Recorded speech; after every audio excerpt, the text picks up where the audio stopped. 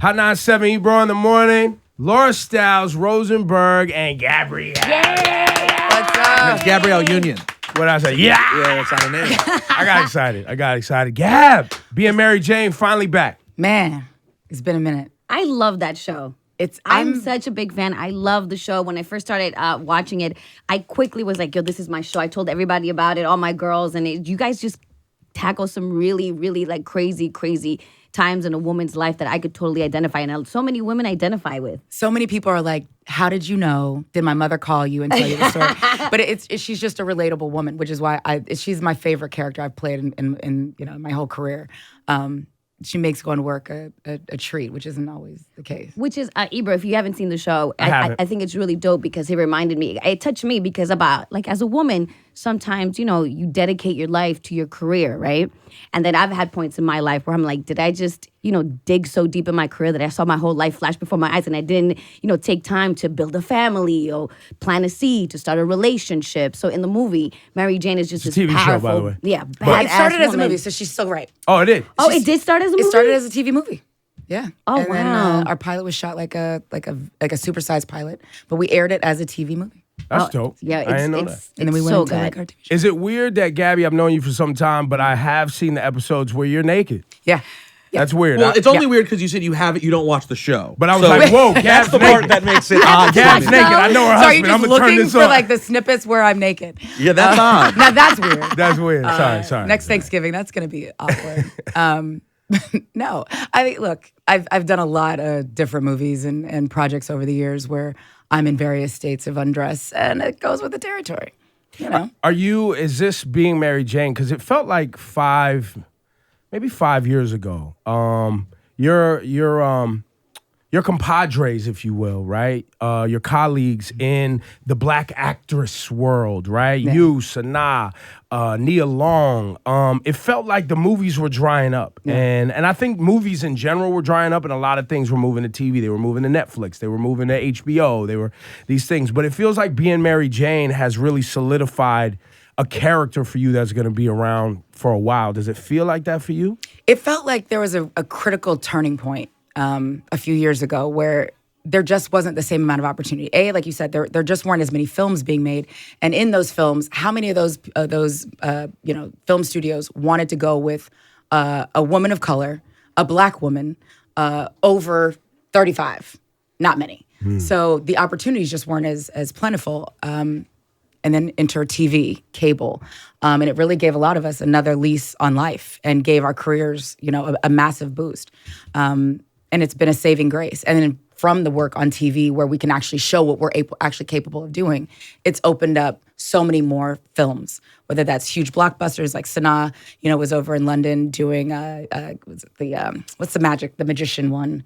I just saw it. Now You See Me. Now You See Me So, too. she's a part of a franchise. So there's so many of us that have gotten so much more work from what people were saying. Oh, like you fell off. You got to humble yourself by doing TV. Look, baby, the check still clears. The money's still green.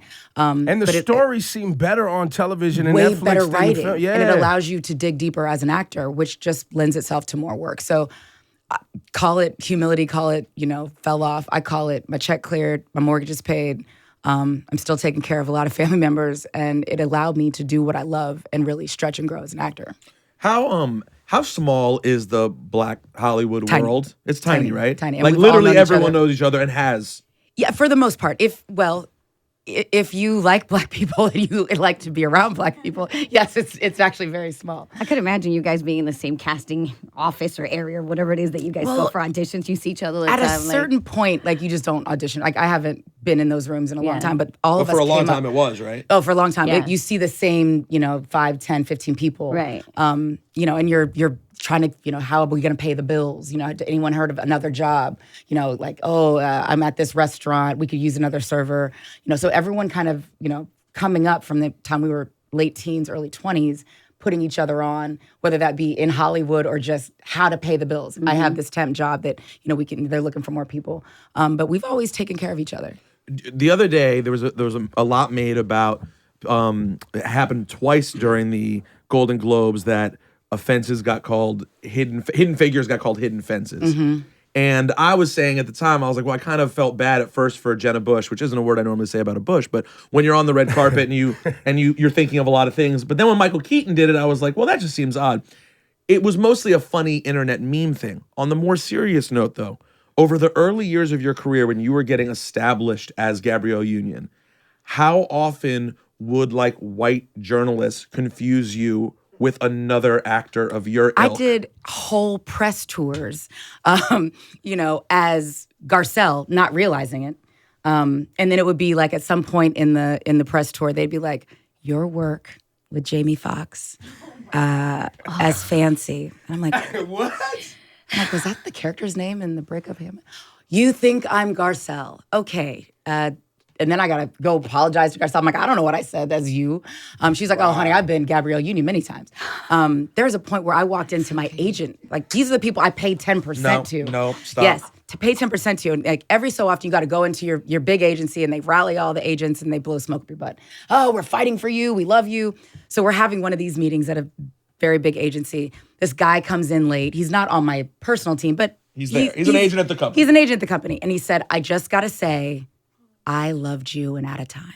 Oh. And I said, well, that's not me. That's not Latham, but I will let her know how much you love her work. And I promptly left. And these are people I pay money to, had no clue that we were different people. Isn't it horrible too? Because it's crazy. really unfair because it puts it on you. Now you feel bad telling someone like you're an idiot. It's just embarrassing and horrible for everyone. Well, I mean, I'm so, my mother's child. You never want to interrupt people. You never want to correct people. So at my own wedding, my first wedding, that is, the pastor who didn't come to the dress rehearsal. No. He thought you were Sanaa Lathan also. No, mispronounced my name. He did. And he said, do you, Gabrielle, Gabrielle. and I was like, but I was so like embarrassed to correct him. I said, Gabrielle, take. No, you didn't. That's how I knew the marriage was. But you know what?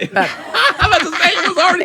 Gabrielle It was over married him. before he couldn't even pronounce my name. But yeah, but what bothered me about the hidden fences thing, and I made jokes on Twitter as well, but it's the idea that movies centered in blackness, even subconsciously, are lumped together as other and marginalized.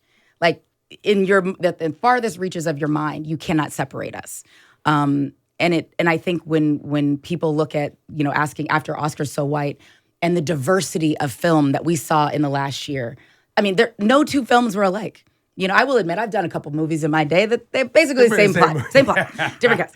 And we actually just recycled me and Morris Chestnut for about 5 of them. That's God bless it. In that case, I get it. But you can't say Fences and Hidden Figures are similar. You can't say South Side with You and Birth of a Nation are similar. You can't say Almost Christmas and Moonlight, are in the same. Like they're dramatically different. And it part of what But it's shows like they went the on wealth of these are the black films list. Yeah, Make sure you know these. So and these are the black Oscar films list, and they're all lumped into one thing. I'll be honest though. I sort of do it in reverse. Like this year, I only know the black movies. So the white ones, I'm kind of like, the one with the sailor guy and there's a Casey Affleck is down by a thing. So my point being, not that makes it okay, but that culturally we are so segmented in this country that we have a tendency that if it's not something that we feel directly involved in, we just say whatever. It's all the same. That speaks to us socially. Right, that's what I'm saying. Now it's problematic because those who run Hollywood are all of the same group. So them doing it is a lot more dangerous. Well, and in all fairness, Jenna Bush, her apology, it seemed very sincere, and the cast of Hidden Figures was very receptive. Michael Keaton's apology, however, was not. What did he say? I didn't see his. See, we didn't He said, understand that. "Yeah, I'm sorry, don't you whatever. read that? I'll sleep well tonight." Oh, so he's just being a dick about it. Definitely was not as apologetic as Jenna Bush. Wait, and I assume Michael Keaton's was teleprompter. Me too. That's what we were talking about. Don't you read that? Isn't it right in I front was of like, you? oh, he's reading on a teleprompter. Some asshole in the back wrote that. No, I'm guessing he just read it wrong, or that's odd. It is odd. Or behind the scenes, there's conversations and And about people- like, oh, these are, like we just said, these are the black films You this think year. people- you think- Let's make sure no one gets offended. So here, pay attention to these. Pay attention. No, or to is it? these. Or are you going to another level that there were people involved directly who were down to mock these films? I'm I think for- I you think know on me, a I believe all subconscious of I it. think on a subconscious level, you mentally marginalized us, and that's what came out of your mouth. Films centered in blackness and black excellence in your mind are just in one.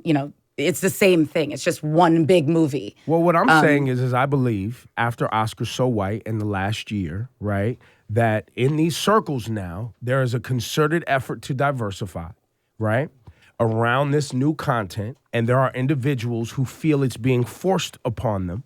And they normally wouldn't have paid attention to this content. But if you're going to be on Oscars, Golden Globes, whatever award season, these are the films.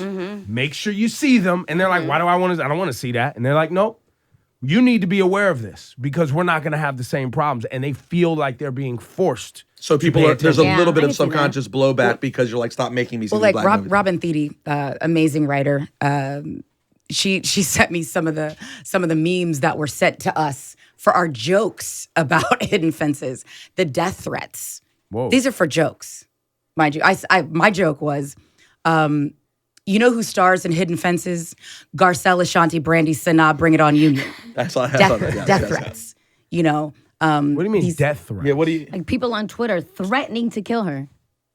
Like Because you made a joke. Yes. because of the threat to, I guess I don't know. Wait, I were mean, people on what side were threatening you? not on the side of Not black folks. jokes, certainly. You know what I mean? So there were angry racists who Angry were like, racists Yes. who sent like, now that the Obama years are over, we don't have to pretend to All like right. the Negroids anymore. Like, yes. it was disturbing. you have to be a really serious kind of racist to spend the time to follow Gabrielle Union. You're like, I hate black people so much. I just want to follow that pretty I'm gonna actress increase and your yell at numbers. her. Thank you. Like, That is insane. it's weird, Oh, but but there are, the crazy is very crazy. The crazy is very crazy at an all-time high. And there are, and I'm sure you're aware of this because you're active on social media. And I told you this the other day, Rosenberg. There are people who are white who have created black accounts. the fake black accounts. The spelling alone is, probably the most offensive part. This idea that we as a people can't spell, which is, I find the most offensive. So real quick, what you're saying is that I've been hearing about this. That as a result, as a way to try to split up Yes. those who are supporting Black Lives Matter and things of that nature, are just conscious And just socially create aware. noise and distraction. There are racist white people Who create. pretending to be black people online, Yes. saying Yes. hateful, misspelled, terrible things. Yes. Yes. It's the misspelling that just adds another layer to the hatred. disrespect. It's the disrespect. It's savage. I mean, like, I was a spelling bee champion. I don't know about the next person. But yeah, it's a weird time where it's like, I've never seen such gleeful racists, just openly gleeful about the Dairy Queen owner that, like, when the cops came, was like, they gave him an out. Like, you didn't say this, right? He's like, no, I said it. I said it. Yeah, he They're said like, no more blizzards for you. Like, you heard that. You it's heard about over. the story. No, He called please say it Florida wasn't like the N-word. top of Dairy Queen. Please say it was just like a No, local it's like a franchise Dairy owner. Queen Took Bubble away Jack his Egypt, but franchise. like it was, this like a mother and her child went into Dairy Queen and like the guy just lost his mind and just was like, blah, blah, like just a spew of like racism. The cops show up, mind you. This is there was no cameras, so there's no one. He could have just been like, I did not say that. I said ligger. Like he could have said anything. He's like, no, I said it. I said it. But, And I meant it. And I meant it. This is Donald Trump's America. Well, here we are. It's a scary time. That is it's scary. a scary time. You never know how far people are going to take. Does you. it make you okay? On the total flip side of that coin, to make us feel happy, Ebro, you just watched Westworld. I just watched Westworld, so I'm watching Westworld, and every time I watch it, my heart just gets a little tickled because I hadn't watched an HBO show in like a year. And when you do the little HBO thing, like right in the center of all the faces of HBO is Issa, like right there in Issa the middle. Rae, It's like yeah. Issa Rae's face is right there. Can we discuss Insecure? It's a great I mean, I know I'm book, supposed to be right? talking about Being Mary Jane, which comes on tonight at 10 p.m. after the Post's last speech. And you're going to be nude in this season. There's going to be Oh, sex in this I'm season. naked a couple times already, Yeah, man, let's hear it opening being Mary scene. Jane. God. That's right. And she's over her bedwetting, so that's a plus. So she's not peeing on anyone this season. Wait, did anybody so. actually hit you about the bedwetting and say you know my life? No Did that one wanted to claim that. Nobody claimed surprisingly. that. But it's real. But it's real. That was crickets. But no, Insecure, I binge watched it. And then I tried to like start a whole hashtag, like a whole Twitter movement, like after the fact. But it already happened. It was over. But I was like, oh, wait for me. So good. I'm so proud. Like it's weird to watch a show and just be bursting with pride at every frame. Man. I'm so proud of her. She's genius. She's brilliant. I don't know her, so I've tried to DM her. My friendship. Still waiting. Maybe she hasn't seen it yet. No, she has. I'm telling you right now, Maybe she hasn't seen it she's yet. slow on. I tweeted her a couple of months ago, like saying something very loving, and she didn't reply. And then someone else replied to that with her in it, and she was like, "Oh my God, I didn't see this. I think she can be." And Was it then weird that I asked for a sleepover? Like You know what? It straight might up, have was been that that. weird? So it might have All been I offered that. cuddle She time. may never hit you back. Did you watch Atlanta? Did I? What Okay, were can your we thoughts on discuss the Juneteenth episode is a personal Oh favorite. my God, that episode is so genius. Well, first, let me so say I'm good. biased. Donald's a friend. He, as a human being, is one of the most genuine. Like who he was 10 years ago is exactly who he is today. He's genius. He's kind. He's a kind person. He Like in our is. industry, kind, considerate, compassionate people are very rare. He is exactly who you need him to be, and he's brilliant. I did the voice of his mom on his last concert tour for him, and he's just dope. But yeah, the Juneteenth episode is a personal favorite. I know. I was so, and I'm biased as well, and I love him, and I knew the show would be good. But there are certain episodes like that where he taps into things about, like for me, like you probably identify with the Juneteenth episode, whereas like I didn't. Scotty was explaining Juneteenth to me, whereas for me, the episode that my life hit with was the club episode and trying to collect money at the club, right? So good. Like they just tap into things So so well. Been there. I know Been it's there. very all exciting. have. I've had to be the Everybody. goon. I've had to be the goon. Give me my money. Money. Yeah. That's me. I asked for ace of spades. You gave me, some liquor that we've decided to ban. Do you think white Hollywood stars of your level can identify with hosting at a club and needing to demand your ace of spades? No. No, not at all. Gab, I know you had some issues when coming back for this new season of Being Mary Jane. And as a woman, as an actress, as a director, can we talk about equal pay? Because I know it had something to do with equal pay. I don't know the details when it came to your battle with BET and everything that happened. Well, but it actually didn't. Which was interesting. That, but I'm happy to tackle, Yes, please. Gender equity when it comes to my financial statements. We are doing the same amount of work, and if my star and your star is in the same place, and I bring to the table the exact same thing you bring to the table, we should be paid the exact same. Right. It's not like I'm only on a couple episodes or I'm only working 15 minutes and you're there every day, all day. That's something different. But if we're doing the same job and we're bringing the same thing to the table, give me my money, give me the same thing that you're giving him. And I will go, I would rather, use all of my money towards lawsuits for pay equity. But at the end of the day, if you don't stand up for something in this industry, you will fall for everything and you will not be compensated on the way down. So that is my overall message. If there's something that you find that is unequitable, unfair, it's up to you. No one's gonna fight your battles. If they can save money not paying you, they will. They will. So you have to be your own biggest and best advocate. And that wasn't the issue with BET. No, not So at what all. was the prolonged kind of off or the break with BET and Being Mary Jane and bringing Just it how back? the seasons are set up. Got it. But basically, their lawsuit happened, and we all. Everybody's back to Everybody's work. happy. We went back to work. Everybody's working and the We went back show's to work. on tonight. And the show is on tonight. Yeah, there it is. So, But speaking of fighting for for what you believe is real, how many times coming up in your career did it backfire on you? Did you decide to put your foot down and be like, all right, then we don't need you? never. Because I sometimes Never. believe that a lot of women get scared. You know what I mean? A lot Like, of us get yeah. scared. Either there were times I just didn't do it, Right. so that's different than doing it and it blowing up in my face. But never ever have I opened my mouth to speak out against some kind of injustice at work, whether that be something sexist, something racist, something misogynistic, something just flat out whack or unfair, where it ever came back negatively on me and affected my opportunities. If anything, people have more respect for me and like having me around because they'd rather me speak up than them half the time. Right. And I don't ever shy away from that. Gabrielle Union, ladies and gentlemen, BET tonight, Being Mary Jane. Dave East is on the episode. Dave East is on tonight, which a lot of people are very excited about. And that's woven into the whole storyline or Yes. just one episode? No, just one episode. How did Dave East get on there? Because I heard it was a personal request of yours. Of course it was. No, we have a lot of people in common. On his team, one of my good friends, Ike, is on his team, and I've had a long relationship with Def Jam, and they were very kind to. We said we want the hottest, most up and coming act you have, and Dave Because there were East got people- the look. there were a lot of and people in every here- woman on set was like, I was about to say, a lot of women were saying Dave East was a very good choice to have on set. Well, physically. I will say It's that strategic. on Being Mary Jane, they have a great cast. It's So always what eye happens candy with everywhere. what happens in the plot? Can you have tell- to watch and see. But Dave East is coming on as How's Dave East. Dwayne Wade feel about Dave East being Oh, on? D's a fan. He's a fan. Okay, so he's good. He's waiting for the D Wade song. He has the KD song. D's waiting for the D Wade song. Facts. But no, so it's so good. Cardi B's on episode 3. I think she's going to surprise a lot of people. It's definitely going to be a very talked about episode. And then this Friday we have Sleepless with Jamie Foxx. That's right. And T.I. and Tip like we've never seen him. I think that's a ... Yeah. As we've never seen him. Jamie Foxx and somebody In a world. The storyline is somebody abducts Jamie Foxx's son and he's Our going to kid, kill yeah. some So people. we have a very contentious relationship.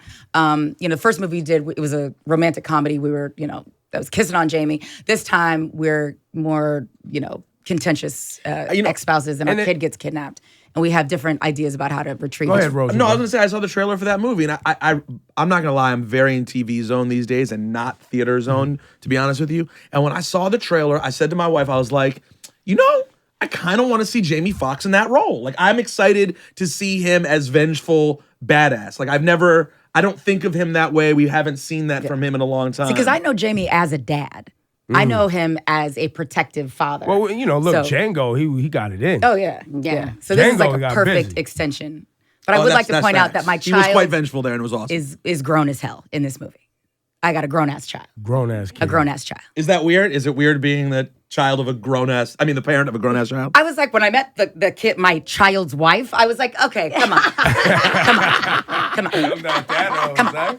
My kid has a wife. Gabrielle, look, I love you. I'm glad we got to have this sit down. No, Next time thank you're in New York, come by. Always. Are you ever going to because you do a great job at comedy. You do a great job at, like, a lot of people don't know, sports commentary, right? Like, you're very opinionated. Would you ever do hosting, TV? Would you ever go down that path? Or are you going to always just do acting? I mean, the goal is to always have a job in acting. If you see me, doing sports commentating, something hasn't worked out. Got it. Got it. But if you'd like to hear me do sports commentating, come to United Center. Yes. And sit next to me, and Yes. you'll hear all kinds of commentary. Standing, screaming. Yeah. You've been to a game with me. Yes, so. absolutely. Oh, it's Borderline getting technical fouls. Really? as a You fan. go that hard? A couple Give it times. time. Give it time. Last thing, I'm back courtside, so we'll see what happens. who's more famous than between you guys? It's not even close. He is. Are you sure? But not I'm just among like absolutely little positive. boys, but like the world. No, like his fans are. A lot of people see my husband as the underdog, the forever Yes. underdog, and the nice guy. And his fans, I can't point and be like, I can generally see a Bring It Honor coming from a while away. I Bring can't It On spot Her. Bring It On Her. a D Wade fan because they 'Cause come it's in all everywhere. shapes and sizes. Like we go to China, he's Bieber. He is the Bieber of China, and I was not expecting that. Well, listen, I was like, way to go, Gab. D Wade's popping. But Way to go. over here in this building. Hey, chill. We trying to get that Dwayne Wade. Oh, wait, no, energy. you're right. You guys are No exactly problem. equal. No You guys are problem. exactly No equal. problem. Gabrielle Union, No, Ebro In The Morning. thank you, guys. Thank you.